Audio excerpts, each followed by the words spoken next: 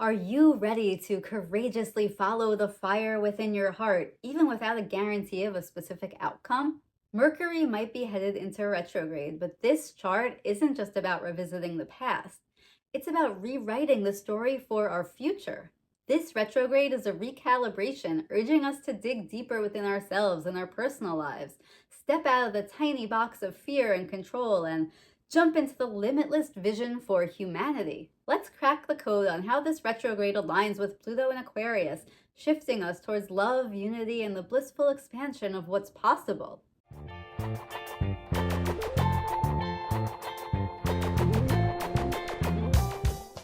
So Pluto's shift into Aquarius came in like hurricane force winds. Well, at least if you're energy sensitive. Otherwise, you're probably just feeling like a whoosh of confusion that you can't quite place yet. What I'm finding particularly interesting is that the contents of that whoosh, or the giant air pocket caused by Pluto moving less than delicately into an air sign for the next 20 years, well, it varies a lot based on a number of factors.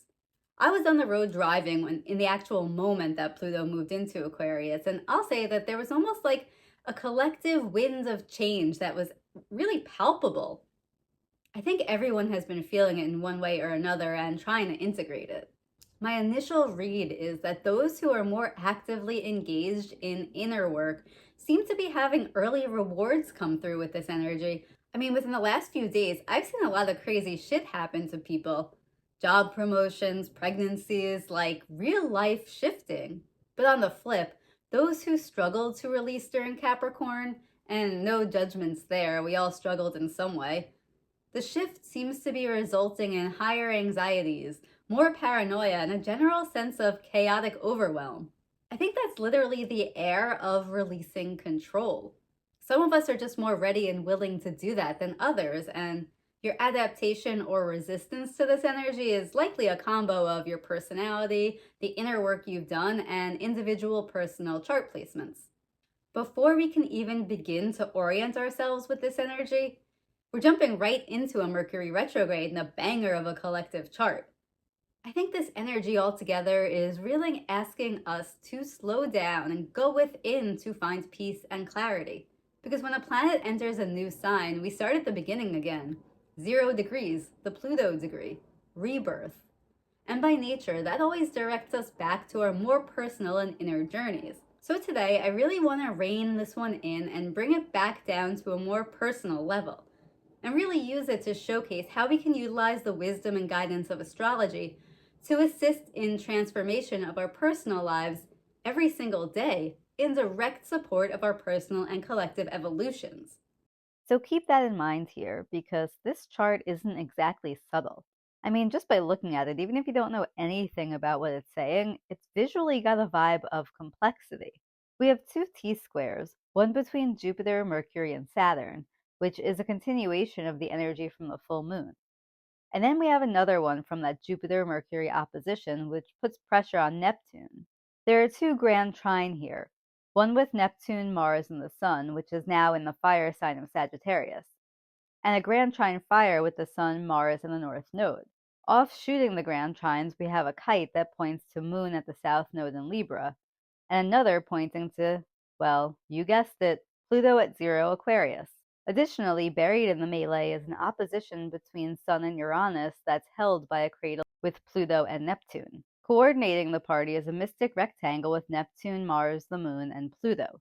So that's a lot going on at the moment that Mercury officially moves into its retrograde cycle from November 25th through December 15th. I hope you took care of your car and ordered those holiday gifts early, especially those electronics. And since that Mercury retrograde is opposed Jupiter, that plays a pivotal role in the tension of this chart, so let's start there. If you remember from last week's episode, we dove deep and cracked the code on this opposition that features both planets in detriment and in mutual reception. Basically, they're both in their opposite sign as well as in each other's ruling sign, while being in opposition with each other too. This energy isn't rare, but it's somewhat unique and adds a layered element to this time period and the chart as a whole, especially as Mercury begins to retrograde at 22 degrees Sagittarius.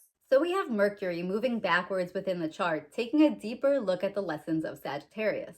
Now, I kind of like this vibe because Mercury houses the energy of understanding and curiosity. It's retrograde in the sign of philosophy, meaning hope and possibility seem really important at this pivotal time where there's collective unrest. We still have the North Node and Chiron transits in Aries, so we're still learning how to heal our empowerment. And I think taking a deeper look at this understanding of how our beliefs guide that is going to be really crucial in navigating the vision we're trying to bring in Pluto in Aquarius era. So, as always, it seems divinely orchestrated and So, generally speaking, Mercury retrograde gets a bad rap. Everyone wants to blame it for things going awry. But what retrograde energy really wants us to do is slow down and engage in inner reflection. So, I guess it's only natural that society that preaches that value lies in our productivity and forward motion would place blame or hate on the transit that wants us to stop and look within. Kinda ironic, don't you think? It's like rain. Anyway, this retrograde is a deep reflective process around personal beliefs, philosophies, and the search for truth. It highlights reevaluating long held ideals, dogmas, or views, and is asking us to open our minds for the purpose of developing a more precise understanding of truth. There's tension between wanting clarity and needing to explore different perspectives without rushing to conclusions. At 22 degrees, there's collective Uranian energy involvement too.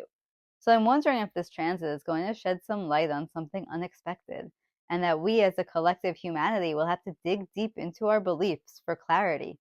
At the same time, we have that interesting opposition to Jupiter retrograde at 17 Gemini, which is essentially a deep dive duality point of reviewing beliefs, knowledge, and communication. It's an interesting place for Jupiter, who likes to expand upon a concept, yet retrograde in Gemini can result in the energy feeling somewhat scattered.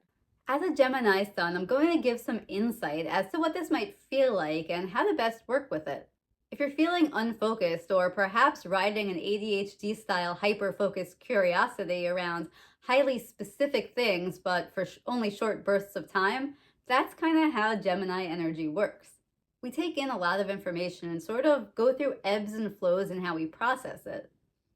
Gemini is like an information energy dance. Sometimes we are in processing mode where we're deeply figuring things out, and other times we seem spacey and all over the place because we're in collection mode, absorbing zillions of details at once and filing them away for later. All of that results in really keen pattern awareness and ability to quickly adapt and figure things out. My theory is that while Gemini energy can often appear spacey and disorganized on the outside, our inner world is almost like a multi-dimensional filing system. We have all of this information from observation and experiences, and it's in all sorts of files ready to be pulled and utilized quickly as we move through the world. So we have Jupiter exploring that concept in retrograde at 17, where it's committed to expanding all of our inner capacity to process information and creatively weave it into usable patterns. It's the Gemini way. And I think all of that put together is why this opposition is happening in detriment and mutual reception and during dual retrogrades. That's not happening by accident. This transit is preparing us to see the world in a new way, to understand ourselves and each other in deeper, more meaningful ways, and to use that information to weave together intricate and innovative visions for how we transform reality out of the current collective mindset of ego and individuation and into a new era of working together and solving problems that will raise the quality of life for all of humanity. This transit is healing workhorse energy. And you can see that specifically by the co-T squares it's creating to both Neptune retrograde and Saturn, both still in Pisces. Saturn at 12 loops back into that responsibility to our expansion as a whole. It's our commitment to exploring information and processing it from within, in a non-reactionary way that ultimately brings us to deeper levels of hope and possibility in what we want life to look like. And then the T squared in Neptune 27. Healing humanity is an active process that starts with offering mercy, empathy, and compassion to ourselves from within, with the purpose of weaving all that healing together to transform collective spirituality. First of all, wow. Secondly, although we're only at the beginning of Mercury retrograde, that opposition isn't breaking up for a bit. And even when it does, it will link back up again during Mercury's direct transit. So I think that skill set that Jupiter and Mercury are working on within us is going to require a lot of purposeful and meaningful integration. And there's a lot in this chart set up to help us with that. So before we even get into the details of the aspects, it's time to address the elephant in the room. You know the one. Pluto finally in the air sign of Aquarius. If you've been paying any type of attention, this transit has been in the works for a long time, and we got a taste of it for most of this year prior to Pluto's retrograde cycle, which had its final dip into Capricorn. So here we are. We made it. Time to take a break, right? Hard nope. Just how Pluto doesn't take a knee leaving a sign, it also doesn't take one going into a new one. So what that feels like in Aquarius is becoming hyper aware of how detached we are from each other. So, along with the energy of the Jupiter Mercury opposition, it seems to be playing out as an exploration of the people in our lives and the relationships that we have with each other. I do feel like for some people, Pluto's malefic vibe is making this kind of hurt a little bit. It might feel like existential loneliness, not being understood by anyone, feeling like the vision that we have for our lives doesn't jive with what others might see or what they have planned for us. And for many, there's a deep sadness associated with that. Realizing that blood family isn't the end all be all. Becoming more aware of disconnect and imbalance of energy within relationships. Feeling the absence of community. Or for some, this might be the pain of detaching from misaligned communities. Just remember, if you're going through any of the zillion experiences that are exposing these feelings of emptiness within you, there's tons of evolutionary support here for the bigger purpose. We are not meant to do this alone. We are not meant to be pitted against each other in competition for resources. But the only way we undo and rebuild is by exposing the great divide within us and between us. It's almost like an oscillation, dude. That freaks me out.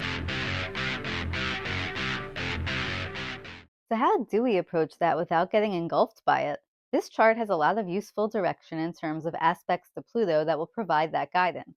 Starting with the most personal is Pluto's continued opposition to Mars now at 5 Leo. Mars in Leo can be fierce, self-expressive energy, but we always want to remember that the underlying lesson of Leo is heart-based creativity, joy, and laughter. The inner child energy lives in Leo. So when feeling so far apart from our support communities, we can use the action energy of Mars in Leo to essentially give ourselves a little treat. Follow your passions here. Actively engage in things that are fun. At 5 degrees, Mars wants us to think about those fun-loving things that light us up naturally and then go do more of those things more often. Now, as we come out from under the rubble of Pluto 29 Capricorn, some might still feel the remnants of Capricorn energy in the sense of concern that now just isn't the time for fun. Many in this energy are struggling to remember what fun even feels like at this point. But I'm here to tell you that there is epic meaning behind choosing joy and laughter and play right now. I personally can tell you experientially, engaging and following my bliss and the things that bring me joy have, without fail, connected me with the right and absolute best people and the most enriching communities of my entire life. So choosing joy here isn't an escape. It's not a distraction. We need to start reframing the Capricorn vibe that choosing fun is irresponsible because we should be working harder. That's old dynamic. This opposition between Mars in Leo and Pluto in Aquarius is here right now as a guide for us to break that tension by embracing the balance. And I say that not because it's the fun thing to do, but because it's in a kite formation literally pointing to Pluto. Like, I can't make this shit up, even if I wanted to. The astro here is telling us that actively exploring our heart-based joy is literally the path towards our future forward vision and reconnecting with each other. Because it's supported by a grand trine, including Neptune and Pisces. Healing without through healing within. Healing our connection to joy. Remembering what it's like to laugh. And exploring the unseen, positive, forward-moving energy that gets created when we connect around shared bliss. Trining our sun now at 4 degrees Sagittarius. So adding to Mercury, we have the Sagittarian season vibes of the quest for meaning, purpose, and greater understanding of the possibilities of life itself. Sagittarius loves an adventure, and like Gemini, it learns so much through active experiences. As opposed to Gemini's boundless air collecting information, I feel like Sag as a fire sign here is alchemization of knowledge into wisdom. The sun here at 4 degrees feels like this is a personal undertaking that invites us to align our identity with a deeper understanding of universal truths while cultivating wisdom through our direct lived experience.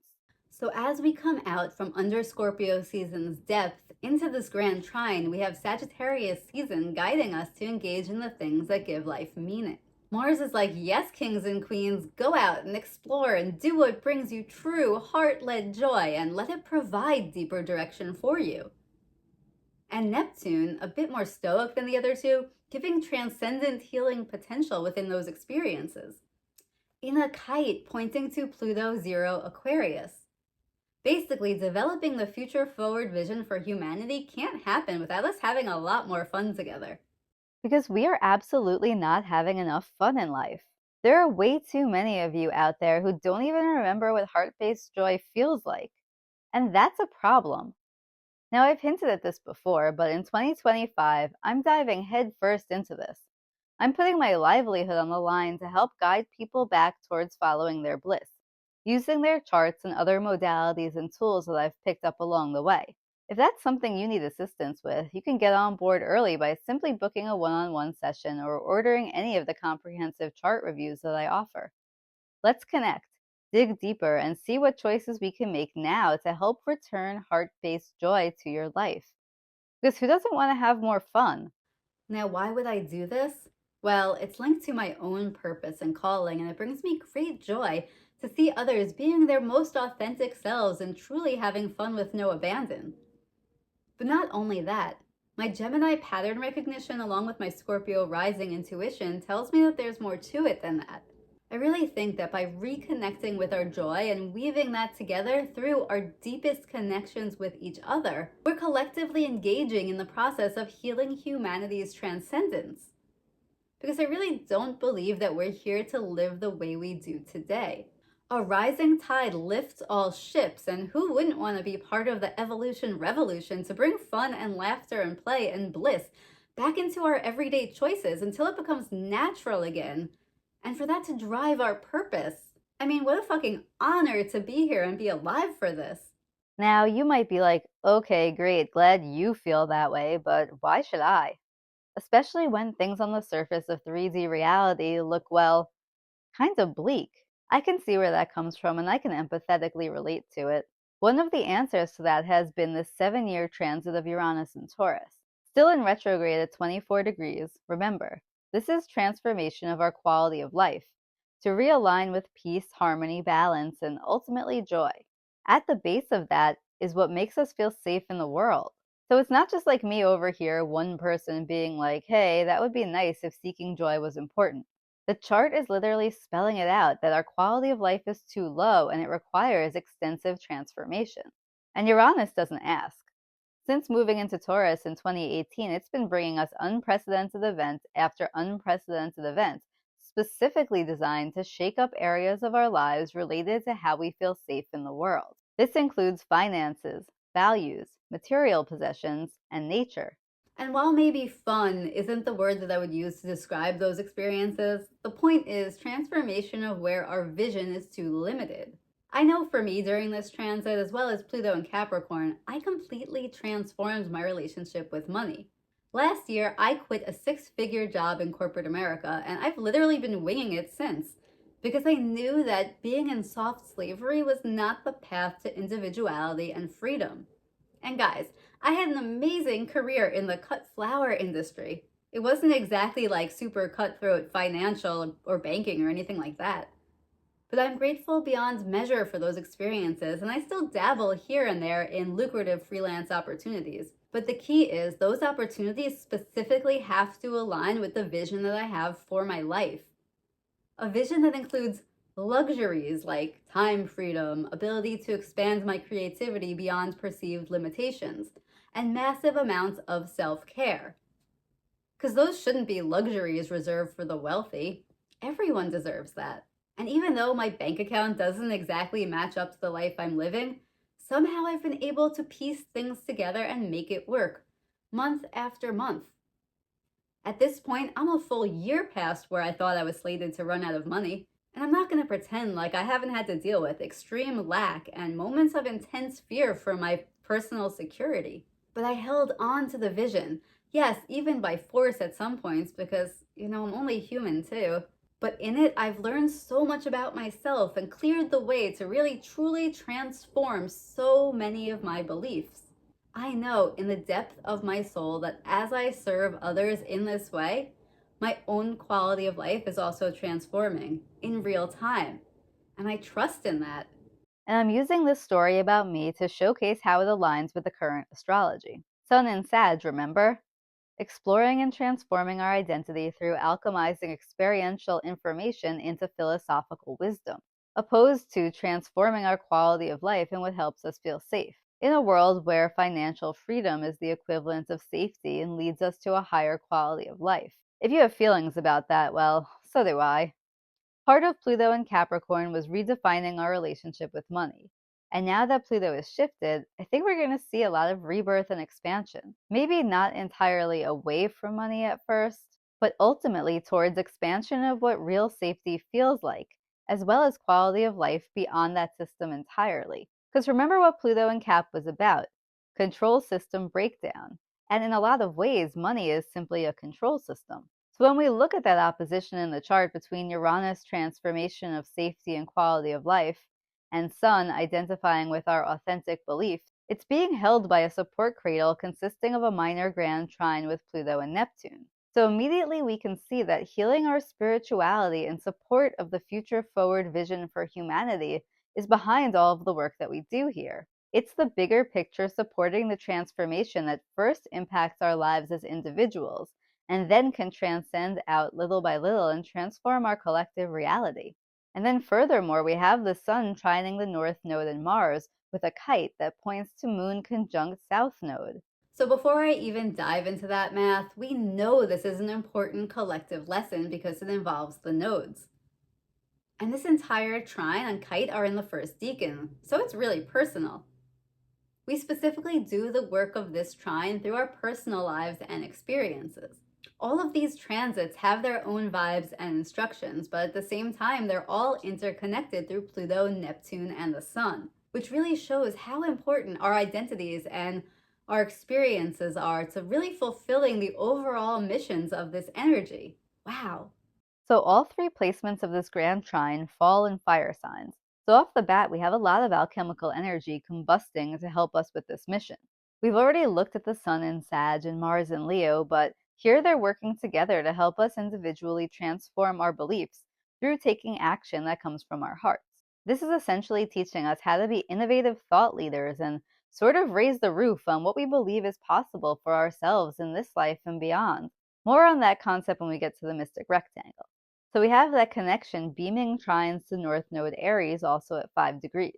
Now remember, we've talked about North Node Aries a lot in this series. This is about our empowerment as individuals. Aries is ruled by Mars, so again, it's empowered bravery to be a protector. There's a passion behind that. This trine really wants us to feel supported, empowered passion around following our hearts. And listen, I totally get it. Following your bliss when you have bills to pay and the world has spent what feels like eternity telling you that hard work and hustle are the way to feel safe through amassing financial gain, well, it feels pretty risky. And many of us are risk averse. We feel tension and we decide it doesn't feel good, that it must mean that it's not for us, when really, the most exciting and biggest growth comes from exactly how we face tension. I spent a lot of time across other episodes on other charts talking about nervous system regulation, coping techniques, etc. And it was all for these moments that we're stepping into right now. Because the world's not only going to continue showing us unprecedented events, but we haven't even gotten to Uranus and Gemini yet. So this energy is going to ramp up like tenfold. What we have here in this supportive trine is a reminder to face tension in the name of expansion of what's possible for us. And maybe we don't need to be so tied up in the idea that it's scary. What if instead we leaned into the excitement and courage and knowing that something really big is on offer within that tension? We just have to be willing to let go of some control and face the unknown with the understanding that we have the tools already within us to manage our emotional safety. All that you hold dear is on the other side of that fear. I know that because that empowerment is the Aries Libra nodal axis, so it's pointing to South Node Libra conjunct Moon at 5 degrees Libra. Remember, South Node Libra is letting go of the comfort of people pleasing and self abandonment. At 5 degrees, it's speaking your voice on behalf of peace, balance, harmony, and flow. Add the Moon at 7 Libra to the mix, and there's an intuitive, justice based, emotional, feminine healing energy here, where we embrace that masculine feminine balance. Because it's Libra, this is an inside job between you and your masculine and feminine. The kite is pointing us to a bliss that can be found in balanced relationships. Now, I don't care how you identify on the outside or what parts you prefer in the bedroom. That's not what this is about. All balanced relationships require the polarities of masculine and feminine energies. They require an action and structure orientation that masculine Aries and Mars brings, and a softer, more intuitive, peace-guided wisdom that the feminine Libra, Venus, Moon energies provide. Now, I know for me, there's been movement on both inside and out regarding the balance of masculine and feminine energies. It's not an easy task, but if you look at the configuration of the kite, it feels like there's a fiery passion here for the masculine dominant energy to be guided by the feminine. This isn't new information, it's something we've been working on for a long while, most specifically while the nodes have been on this axis. So right here in this configuration, we're reminded that following your bliss and passion isn't just a fun idea. Once again, it's the directive that underlies the bigger picture and vision for humanity itself. And that vision is to include more joy in the equation. We as humans are not having nearly enough fun. And imagine if the purpose of humanity was to actually enjoy ourselves while we're here on Earth. Are you able to open your mind and heart enough to accept that in the unknown, where all possibilities exist, it's possible that the only purpose of us being here human on Earth right now is to follow what truly lights us up? Is that not what the actual essence of light work truly is? What if this whole dance is simply about finding our way back to our hearts so that we can connect and find our way back to each other? One person at a time. We can see even more of the support of that conceptually via this mystic rectangle. We have the feminine intuitive pursuit of unity in the Moon conjunct South Node Libra. That's trining Pluto at 0 Aquarius, reimagination of the future forward vision of freedom for humanity. Sextile to Neptune retrograde at 7 Pisces, close enough to the North Node Aries. This combo is empowered bravery and healing of our spirituality from within. It's applying compassion, mercy, and empathy to ourselves so that we're able to be the courageous protectors. If we can't connect with our vulnerabilities here, we won't know what we're protecting. This Neptune in orb to North Node wants us to take compassionate action in courageous leadership around our heart-based joy, which is Mars and Leo. A new understanding of what directions we are here to follow, what we are protecting, and how to build on behalf of love. And what happens when we manage to balance all of that? Well, what happens is we have what I call a house, but I think the technical term might be an envelope. But whatever it is, we have this minor grand trine pointing back to Sun in Sagittarius. So somewhat like a more advanced kite, we have the energies of the mystic rectangle supporting the ultimate goal of reimagining our beliefs, so that our identity can be based around the authenticity of our hearts and what we truly want to see in the world. Because if someone was like, hey, would you rather live in a world where we keep our beliefs within a tiny rigid box and we limit our expansion and stay scared and fight each other for resources because, well, we know we can survive there? Or would you take the risk and reward of experimentation and bravely following your heart and having a shit ton of fun in the process, even though you can't see it leading to a specific outcome? Which means there's a possibility that it doesn't work out at all. Which would you choose?